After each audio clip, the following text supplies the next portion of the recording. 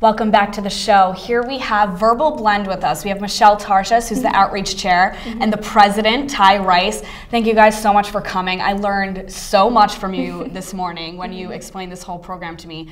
Verbal Blend is such, like you said, an umbrella of a program that has so much involved underneath it. Poetry in general, you like to think of it as just kind of paragraphs of like rhyming words, but that is not the case, as you guys told me this morning. So tell me about Verbal Blend as the program under, I guess, OMA, the Office of Multicultural Affairs. So tell me about the program. There's so much involved.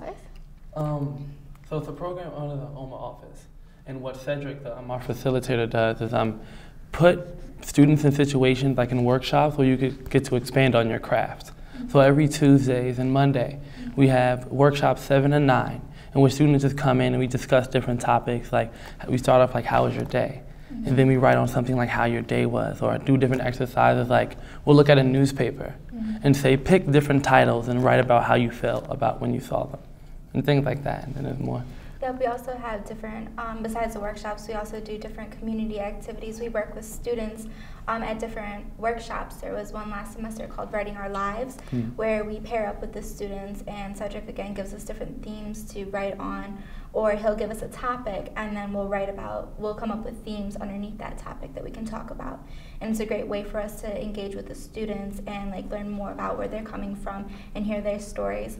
We also have a Mesh Literary magazine, merging expression and scholarship through high schools. It was first started to represent and showcase the Verbal Blend poets, but Christiana Hawkins, who is the editor and like the one that facilitates that part of the program, she branched it out to high school students to make sure that they have a voice that can be heard and they can showcase their poetry as well. She does workshops with them on Thursday and Friday mornings.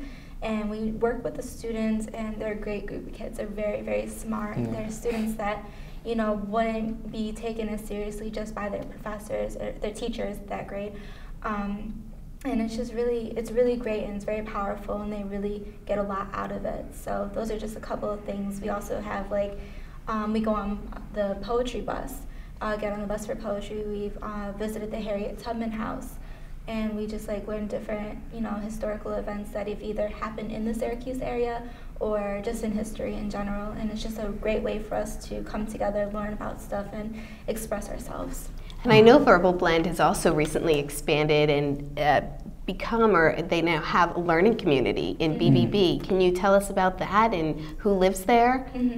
I'm actually the RA for the learning community. Okay. And there's 11 students in it, including myself. It consists of 4 PALs, Poets Achieving Leadership. Ty is actually one of the PALs. Do you want to explain what a PAL is? A PAL, like she said, Poet Achieving Leadership.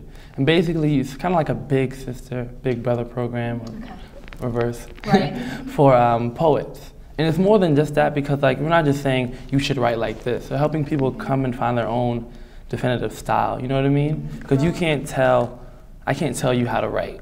And I can't tell you how to live, but I can guide you in ways that I found myself. And that's basically what we do. Just help people find their own calling, I guess.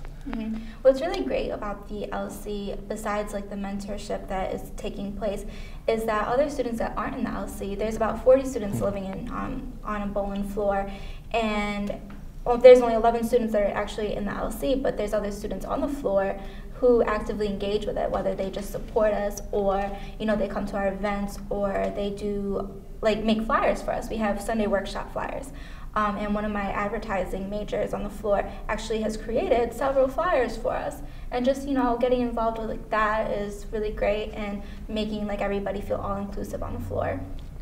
That is so great. It's just so interesting to see that writing and poetry in general is just such a tool for expression, even though sports or working out for other people is, their stress reliever or their their outlet. So when we come back, we're actually going to see some of your stuff. You guys are going to read some excerpts from your own poetry, and I'm so excited to see. So stay tuned. When we get back, we'll hear from them.